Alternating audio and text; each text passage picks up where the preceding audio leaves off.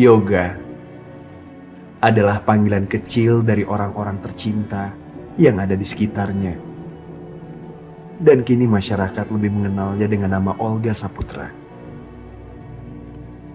Kalau Olga orangnya ya dikatakan seperti orang-orang lain ya tidak,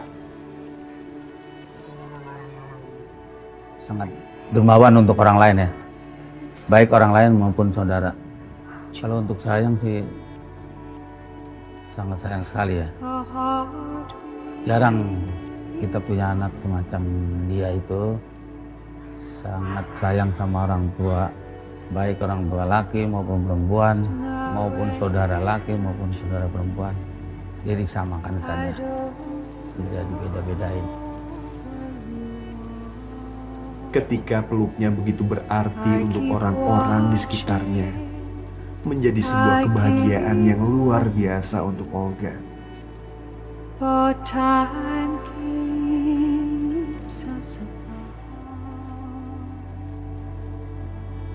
Nah, itu kalau kita sebagai orang tua, kalau melihat di layar kaca, melihat catatan si Olga adanya di Antv, itu memang sangat memprihatinkan untuk kalangan masyarakat bawah. Saya sendiri juga merasakan waktu masih agak sulitan. Ternyata Olga itu sangat membantu kepada sesama orang lain juga. Keharuan, kebahagiaan, begitu terasa saat Olga bertemu dengan orang-orang yang tak pernah putus asa, tetap berjuang meski hidup dalam keterbatasan. Saya juga memang tadinya orang susah, tapi kalau lihat anak saya begitu, saya juga merasa terharu dengan keadaan bahwa saya dulu susah, lebih susah daripada orang lain.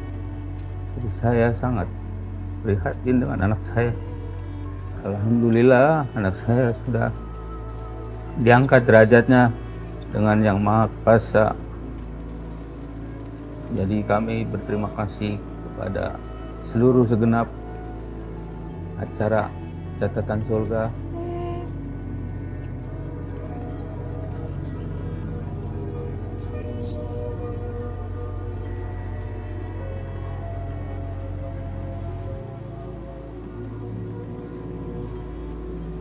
Ya Olga, lanjutkan perjuanganmu dengan sepenuh hati, ikhlas, baik siapapun.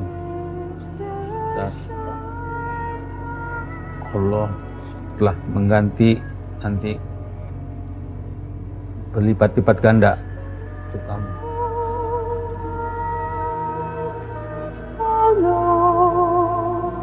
To bring you back home.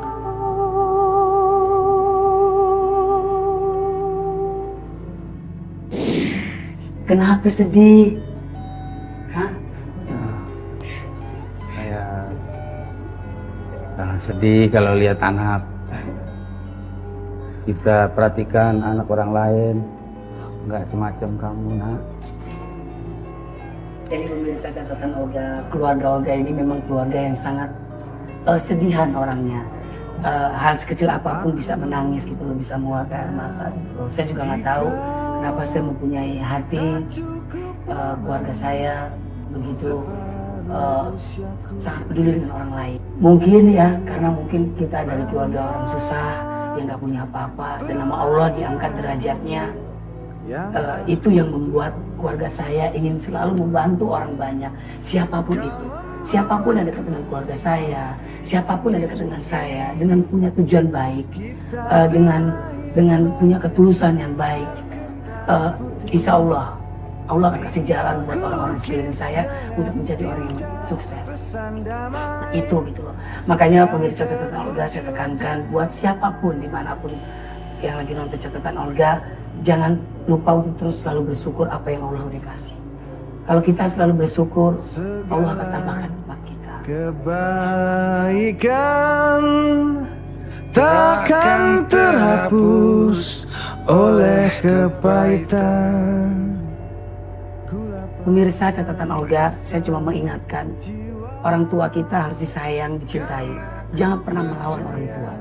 Apa yang dikatakan orang tua pasti itu akan membuat anaknya lebih baik. Tidak akan ada orang tua yang mau menjatuhkan anaknya. Tidak akan ada orang tua yang jahat dengan anaknya.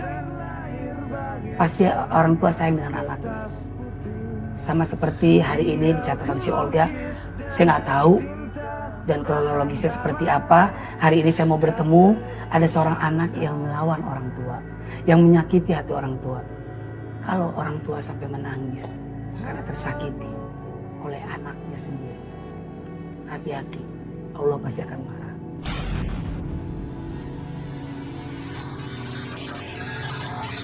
Pak, Yoga mau syuting dulu catatan si Olga. Begitu indah.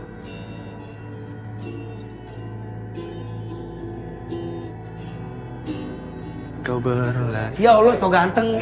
Ini adik saya lagi sakit. Tadi kemarin saya ke dokter. Yang sakit yang bayar. Mau beli? Mas, panggil Mas. Bukan selalu. Ya Allah, lu ngapain di mari? Ikut gue ya. Sekarang lu mau gue ketemu ini ada anak yang lawan sama orang tua. Lehernya sampai diinjek orang tuanya. Dadanya disilat-silat. Beneran mana kali? Bukan Manokwari.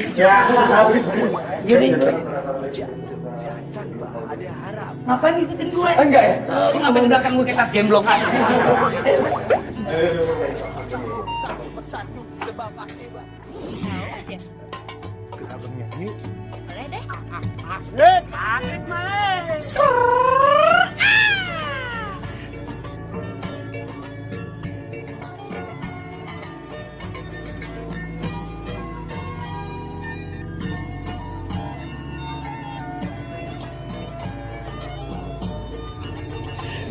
Pemirsa catatan Olga, hari ini saya ingin bertemu dengan seorang ibu sebagai pembantu rumah tangga dan dia berjualan peyek.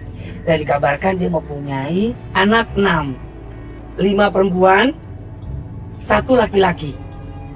Laki-laki ini memang suka melawan kepada ibunya.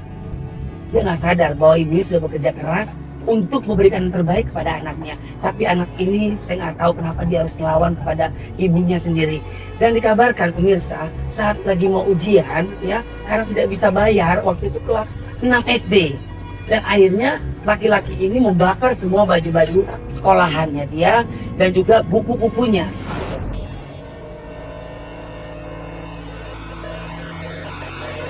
Mungkin dia sudah kesal karena dia tidak bisa mengikuti ujian. Saya nggak tahu kenapa ibunya ini anak tidak bisa membiayai untuk anaknya yang sedang mau ujian. Pemirsa catatan Olga jangan kemana-mana. Saya akan cari tahu apa dan sebabnya kenapa anak ini bisa melawan kepada ibu.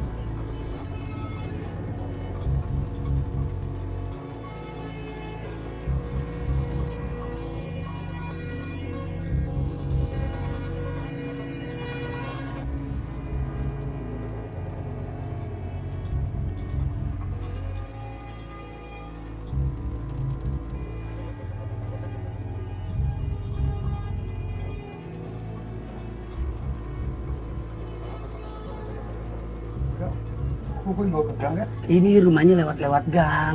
Kalau catatan si Olga gitu.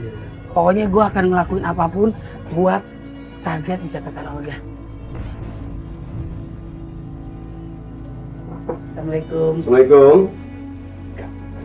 Ada Nikita Willy nih sama Dudia Lino. Ah iya benar. Kau bantu dulu deh. Brad Pitt tuh.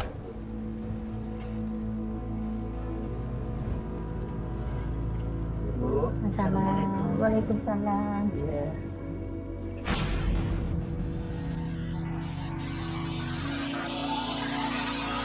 Masuk Bu. Boleh silakan. Lagian ibu jam di depan pintu Bu. Anak perawan. Ya Allah. Assalamualaikum. Waalaikumsalam. Iya ibu, salam kenal. Ibu sehat Bu? Alhamdulillah. Saya mau suka bercanda Bu. Biasa lah. Lagi ngapain Bu? Ini mau bikin apa? Peyek. Kok peyek? Buat apa Bu bikin peyek? Buat makan sendiri atau didagangin? Dijual. Jualnya kemana aja? Ya kalau ada modalnya dititipin ke warung, kalau nggak ada yang bikin segini doang. Oh, ke warung-warung atau ibu muter gitu ke rumah? Enggak, cuma nitip aja ke warung. Kalau boleh tahu, maaf Bu, penghasilan Ibu berapa Bu? Aku kerja di rumah tangga mas, sebulan dikasih 500. Kerja apa Bu? Ya masak, gosok, Nyuci. Bersih. Oh gitu. Iya, cuman kalau ya 500 itu buat bayar rumahku kan 400. Oh, iya. Ibu di rumah ngontrak? Kontrak mas sisa 400.000, aku makan apa? Jadi aku kalau ada duitnya aku bikin peyek, bungkus peyek, dititipin warung. Iya, Bes gitu itu Bu. iya lah nggak ada modalnya. Kalau ada modalnya ya aku bikin yang banyak. Kalau nggak ada ya seadanya buat ngulur-ngulur aja. Ntar kalau aku dapat duit sedikit tak buat berobat. Ibu ditinggal suami kan masih anak 5, 6. Ibu tinggal suami. Suami mana? Meninggal. Lama. Jadi meninggal itu dari anak yang kecil itu umur 3 tahun mas. Jadi ya ibu kerja ngikut orang buat nyekolahin anak. Sekarang anaknya udah nikah semua, cuman keadaan ya sama kayak ibu begini, nggak punya tempat yang lebar. Kalau aku punya tempat yang lebar ya aku ngikut aja, keadaannya sekamar ya aku di sini sendirian.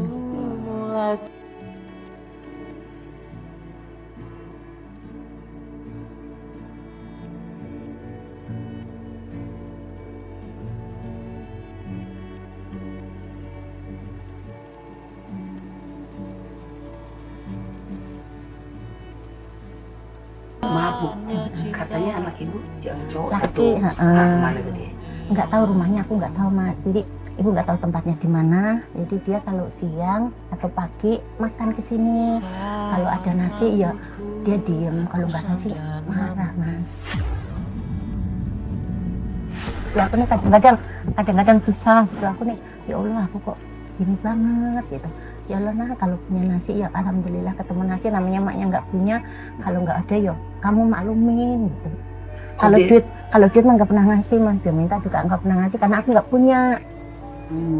Oh jadi datang ke sini cuma buat makan doang? Iya makan. Kalau lagi ada nasi dibawa Iya. makan, kalau nggak ada dia ngamuk-ngamuk, Iya marah-marah. marah.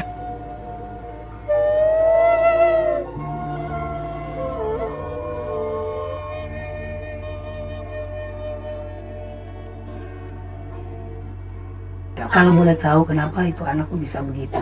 Mula pertama itu kan dia mau kelas 6, adiknya masih sekolah SD, yang satu kelas 1, yang satu kelas 2, yang bungsu sama yang kakaknya bungsu itu. Nah terus dia itu mau apa ujian kelas 6 itu loh mas. Nah Tidurnya sekali. Bu, saya pengen tidur silakan. di kasur yang 100 juta ya Bu. Aduh, mas, tadi dari masuk ke kali-kali 100 juta. Ini gratis mah dikasih orang. Tadi gratis kan? Masuk kredit Bu. Enggak, kalau kredit ini enggak dikasih pengasih orang. Alhamdulillah Bu, ya masih ada yang baik. Udah Bu, lanjutkan lagi Bu yang tadi. Ya udah gitu, dia itu mau ujian, ceritanya ngamuk, minta uang berapa gitu. Aku nggak punya duit. Jadi lama kelamaan ngamuk, marah. Kalau pulang ngamuk, ya aku ya Allah sabar, aku sabar. Faktor lingkungan juga kan. Ngamuk ya sampai sekarang sih nggak ngamuk mas. Cuman kalau minta nasi nggak ada. Baru ngamuk.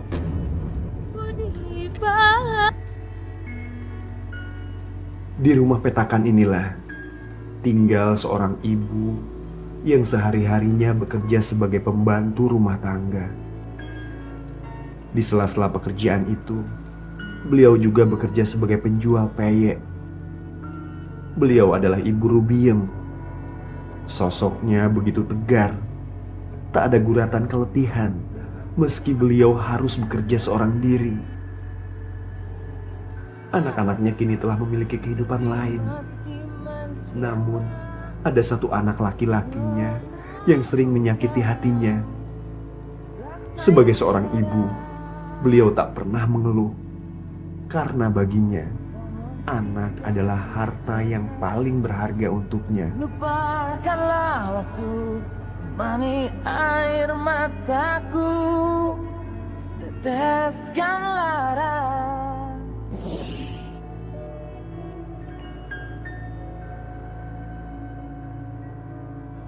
Dia itu mau ujian, ceritanya ngamuk, minta uang berapa gitu. Aku nggak punya duit. Gitu. pokoknya aku harus minta uang. Enggak usah minta uang. Kan malam-malam itu suka jualan koran gitu Mas, mungkin pengaruh dari teman-temannya gitu kan, aku nggak ngerti. Jadi lama-kelamaan ngamuk, marah, kalau pulang ngamuk. Ya aku ya Allah sabar, aku Faktor sabar. lingkungan juga gara. Ngamuk ya sampai sekarang sih nggak ngamuk Mas, cuman kalau minta nasi nggak ada. Baru ngamuk.